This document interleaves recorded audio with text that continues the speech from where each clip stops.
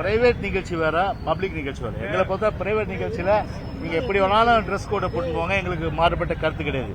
ஆனா கவர்மெண்ட் நிகழ்ச்சியில அரசு சிம்பல் என்னைக்குமே இந்த கட்சியினுடைய சின்னமோ கட்சி கொடியோ போட்டுன்னு போகக்கூடாது. அதுதான் விதி.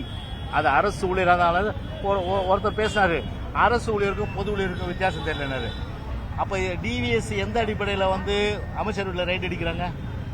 எந்த எந்த எந்த வீட்டில் அமைச்சராக முன்னாள் அமைச்சரானாலும் சரி, டிவிஎஸ் எந்த இடத்துல ரைட் அடிக்குது? ஒரு அரசு ஊழியர் அடிப்பில் தான் அடிக்கிறாங்க. அதை ரைட் அடிக்கிறது.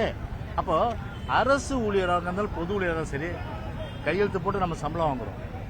அதுக்குன்னு ஒரு டெக்கரம் இருக்கு. இந்த டெக்கரத்தை ஃபாலோ பண்ணுங்க. சரி, அதனால அதுக்காக தான் சொன்னேன். எனக்கு என்ன டி ஷர்ட் எல்லாரும் தான் போடுங்க, அவங்க சொந்த நிகழ்ச்சி போட்டு போங்க. நிகழ்ச்சியில 5 பேர் உயிரிழந்தது அதிமுக விமர்சனம் பண்ணும்போது அதற்கு எதிர்வினையாற்றக்கூடிய வகையில திமுக நிர்வாகிகள் பேசும்போது மகாமக சம்பவத்தை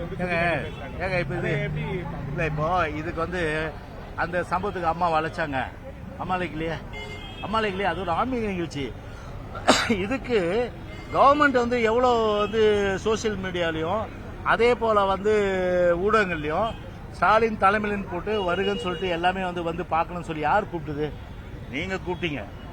நீங்க கூப்பிட்டுட்டு இப்படி போய் சாகடிச்சா, இப்படி போய் ஹாஸ்பிட்டல் போய் படுக்க வச்சா, இப்படி போய் 5 லட்சம் போய் இந்த வெயில போய் கஷ்டப்படுத்தினா அது இதோட ஒப்பிட முடியுமா?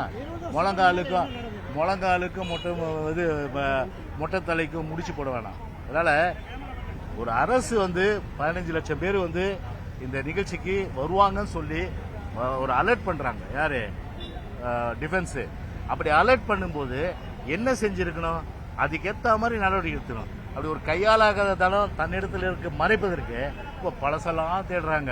அதில் இப்ப என்ன கரண்ட்ல அதை பாருங்க. செத்து சுண்ணாம்பாய் அவன் உன்னை சபிச்சுட்டு போறான். 2026 பிரதிபலிக்கிறதெல்லாம்